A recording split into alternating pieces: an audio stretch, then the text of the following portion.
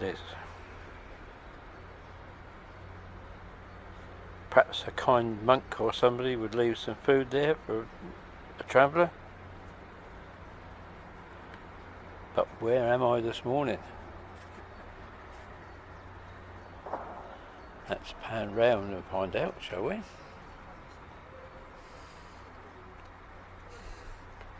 I am actually in Hexham Abbey.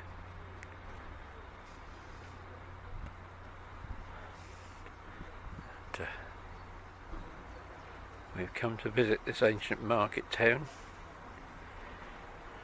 scene of battles with the Vikings, Roman settlements and other things. Yes, we'll take a closer look at the clock tower. There it is. Yeah. Oops, a daisy. Nice little garden to have a cup of tea. We approach the cloisters through this new build.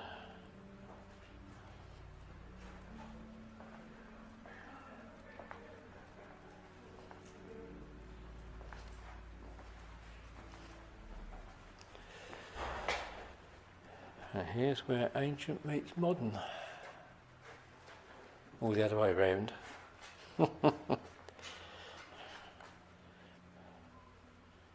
There she is, look.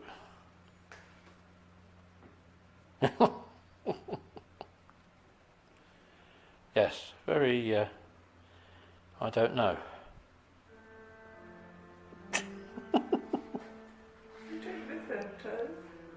I'm still recording video. I can edit that out if you want. No. You can take a photo from that, can't you?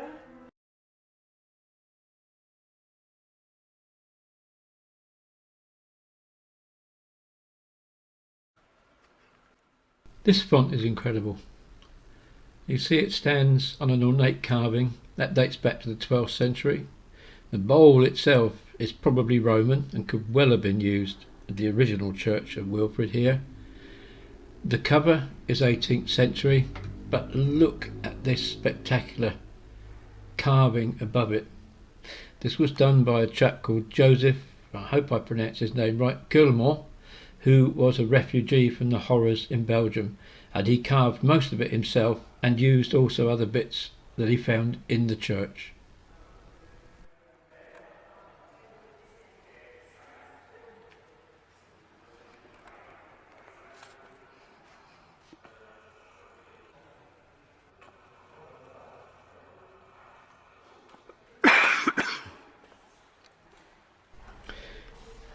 I think I might have said before, the original church built by Wilfrid has been here since about 674, if not a bit earlier. That was destroyed by the Danes, and when I suppose you could say the Danes got religion, and there were Danish people involved in the church up here, the abbey stroke church was rebuilt in the 12th century, 12th, 13th centuries. And once again the good old Victorians came along towards the end of the 19th century and did much rebuilding and refurbishing. But as you look round this magnificent building, you will find in odd pockets elements of Roman stone, different bits and pieces that date right back to the Roman era. It's fascinating when you actually look and you find them. And I must mention that staircase. That is known as the Knight Stair. You just saw it on the right hand side. That's been there since the 13th century, and certainly those steps are very well ground after centuries of use.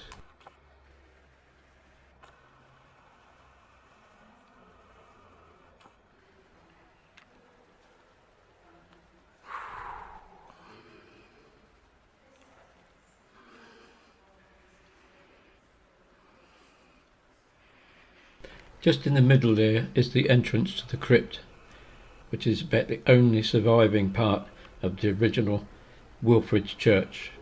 There's some fascinating stuff in there. We didn't go down to see it, but Roman stones, all sorts of stuff.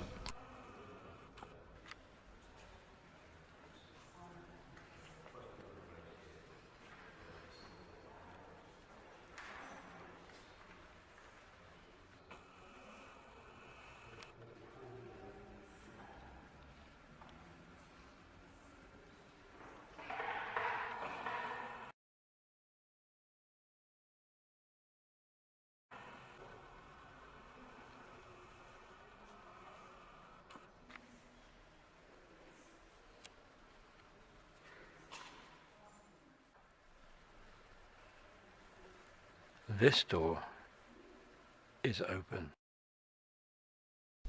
This is one of several little enclosed areas known as chantries, areas for private worship and what have you, dating back to the 15th century with those lovely designs on the wooden panels there.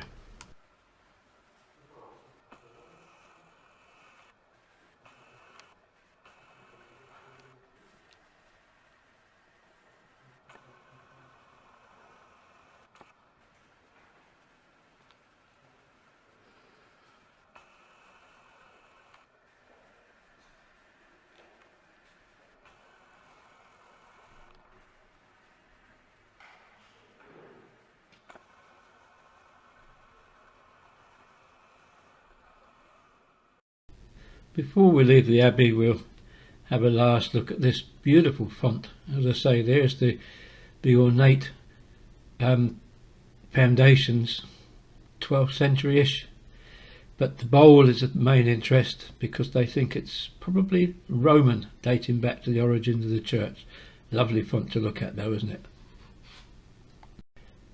Now, as with all coach trips, there's never enough time to have a proper look round, and it was either the Abbey or the main town, so we chose the Abbey. But I did whip out down the road a little bit to have a look at this, which is the original jail. This dates back right the way to 1330-ish, and is considered one of the oldest purpose-built jails in the country. Looking to the left of the old jail, you can see how other buildings have been put there in sort of similar style and materials. And at the other end of the block, as we go again to the left, there's this building, the end of which you can see there dates from 1884. But see how other bits have been grafted on between that and other buildings. That white stands out a bit too much for me. This is the Moot Hall, which was built originally as a gatehouse, and later became the courthouse as well as the gatehouse. This is part of the town's early defences. And before we leave Hexham, we'll have a look through the archway at this magnificent abbey here. It's well worth a visit if you have the time. But for us, it's off to Vindolanda.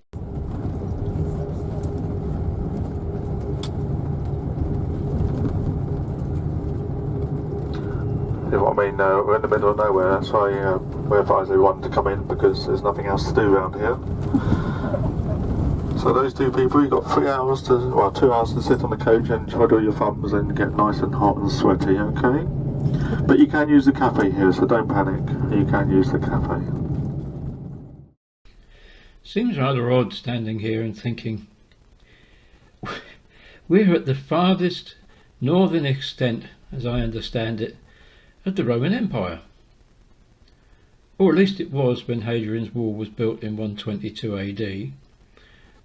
It wasn't quite the furthest they would get.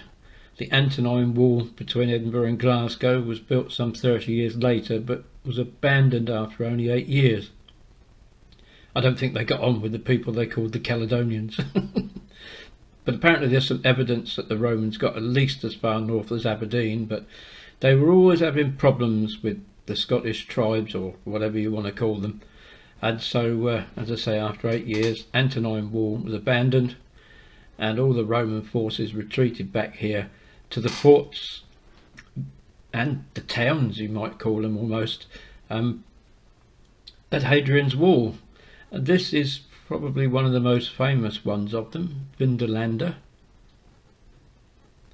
And as you can see from this slide here, we'll be looking at the 8th or the 9th fort that was built here. It changed from wood to stone, and this particular picture now gives you an idea of what it would have looked like. Hopefully it will make some sense as we go outside and you can begin to get an overview of what's been excavated. Work goes on, it always goes on, and the gentleman who showed us round, he was very, very informative, but unfortunately the angle at which he was talking sometimes and a bit of wind, it doesn't make for exactly 100% brilliant listening.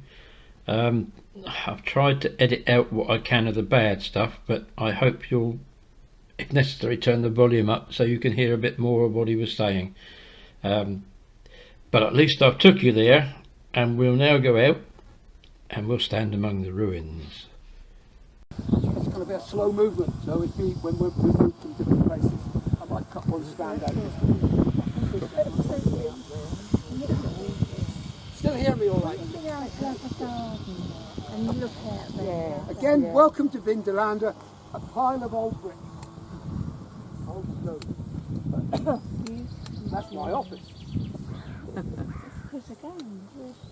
What have the Romans done for us? That's one cliche. What you see isn't always what you get, is another cliche. Starting with that one, that is the 9th fort at Vindolanda. It's the third of 3 stone forts, 6 on 6 wooden forts. The largest of which, built in 106 AD, stretched from the trees behind you all the way to the trees over there. Made entirely of wood, it would have been the biggest structure in northwest Europe probably. Here, in the middle of nowhere, in Northumbria. Romans invaded in AD 43 under the Emperor Claudius. Claudius becomes emperor because his predecessor Caligula has executed and murdered all his known family so they don't usurp him. His mother, his sisters and brothers he puts to the sword. A right butcher. Claudius is spared because he's a softie. In some ways Caligula, Claudius limps and he's nearly deaf. He's no threat, or so he thought. Claudius morphs to be the best of the Roman emperors, followed by Trajan and Hadrian. But at the time, poor old Claudius is hiding in his mother's bathroom. He's dragged down the Senate by the Praetorian Guard, expecting to be executed. He's actually lined up and said, "You, sir, are now the new emperor." Mainly because they've got no one else, because he pays the Praetorian Guard. That puts him at a disadvantage straight away, because every emperor before Claudius has been a general, and every emperor after Claudius will be a general. But Claudius is just an old man. As I say, he becomes the greatest of the Roman emperors. So he has to prove himself. He looks for something to do to impress the army and be with the army when they win something. He looks at the map, and at the time, the world, the Roman world, bear in mind Rome is the world. So when I use the word Roman, it means the world, not just Latin Rome. The only thing left to conquer is east of the Danube and the Nordic nations. And then there's this place, Britannia. Now, he should have been pre-warned because Hadrian came in 55 and 54 BC. He came the second time just to convince himself it's not worth it. But he has to find a victory, so he invades. Unfortunately, the wind has drowned out virtually everything here, so I'm having to do a quick voiceover. Here you see where has been re-excavated the main part of the fort. Look at the construction. I mean, that was pretty good, wasn't it? And looking down across there, you'll see the accommodation units for the soldiers. There would be butchers, bakers, almost candlestick makers, all sorts of things you would want to support a huge garrison and a fort. As you can see, we found another temple. Here is a Christian church, in the cavalry barracks over there. We then found underneath the school of the officers mess. Well, to get to it, we went for a Christian church, and we opened the window. The histories and archaeologists and historians all put their heads to shame. They forgot the Roman roads. The Venerable Bede talks about how the Celtic Christians had driven north after the Anglo-Saxons got back to paganism, and they'd come from Ireland, from Scotland, to the English farms where they Watling Street, the Maiden Way, Staingate would have all been here. They came up the middle as well, and they come to the land. The only way we know that is because we dug it. Else we'd been completely ignorant. There was just one heavy cavalry regiment in the Roman army. All the other regiments were auxiliaries. No one knows where it was stationed. We do know because 4 years ago we found out it was in there. Changing in military history, theological history. Go and have a look. Do come back in a few years because it's going to change again. Final chapter. I showed you the 8-man room. I showed you the two up, described the two up, two down that the centurion lives in. This is the squalor in which the prefect lives. Look at this stone wall. This is practical. That will support 2 story stone walls. Centurion and his 2 up, 2 down, looks down on his back. Prefect in a stone house looks down on his glass. It's a pecking, as is the way of their lives. The Romans have a class system not dissimilar that we had in the British world right up until in the 20th century. They have an upper class, which are the senatorial class, which are the lords and ladies. Their aspiration, I'm sorry to say ladies, is male aspirations.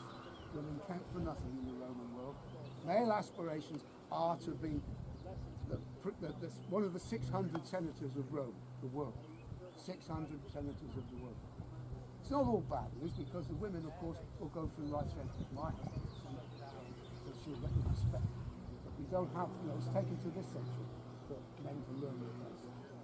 2 wives and 3 daughters, I learned that. The next one down, the one we're interested in, is the equestrian class. What I should have said to you on that subject, I didn't describe when we were back why anyone joins these leagues. So they get Roman citizenship. It's transferable. Don't think I mentioned that. The children get it. Back on the same thing I just said.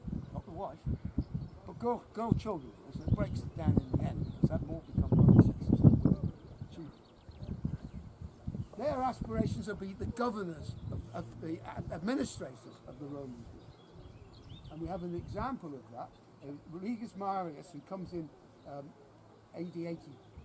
AD 43 with the first invasion, reappears in correspondence 20 years later as the governor of southwest England. So he's gone from an equestrian centurion, he's obviously gone from captain to colonel and then worked his way up the administration until he gets the governorship. Now, looking as far as the eye can see up that way, and coming down past here,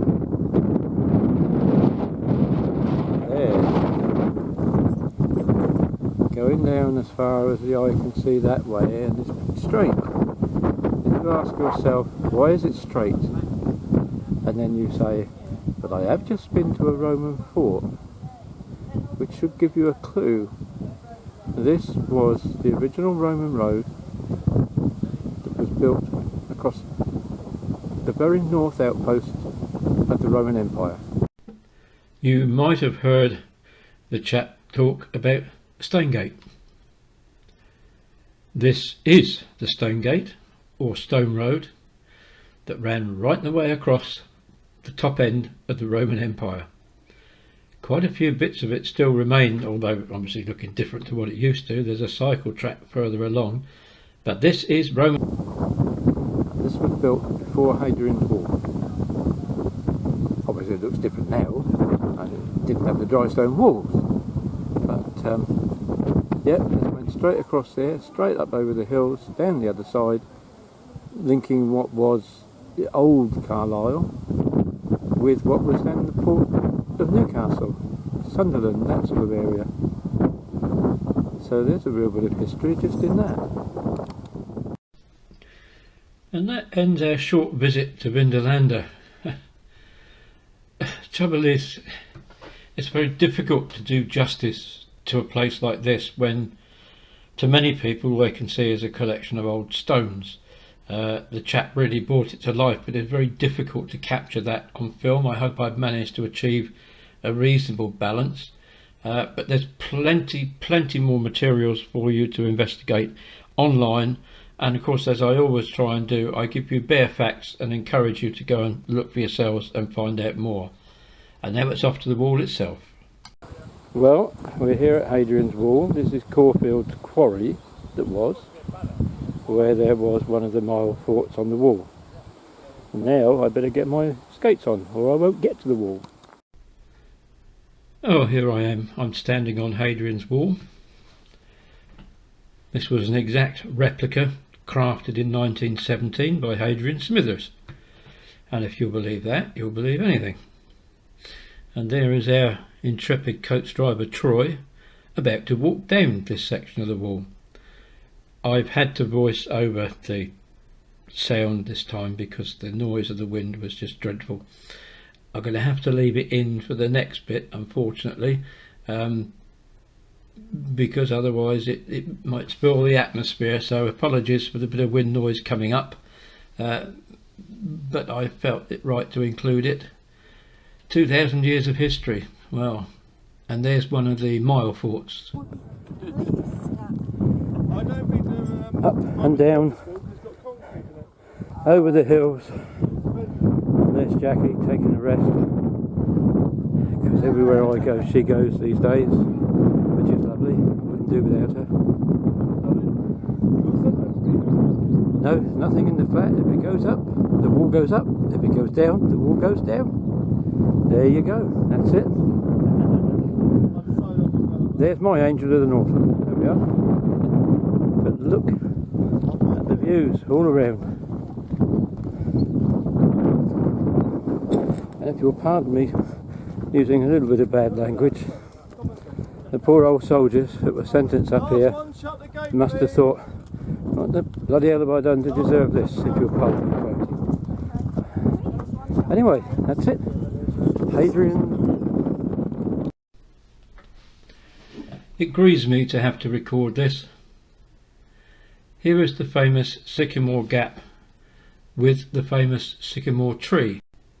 But not long afterwards, somebody came along and chopped it down. Actually, we still don't know whether anybody has been arrested and punished for that. It all went very quiet, very quickly. On the right note.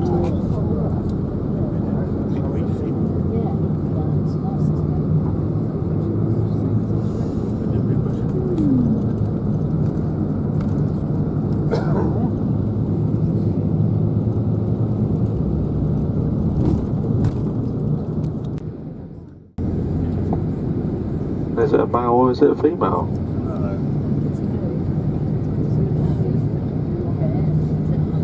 Is it a male, Andrew? Anyone know?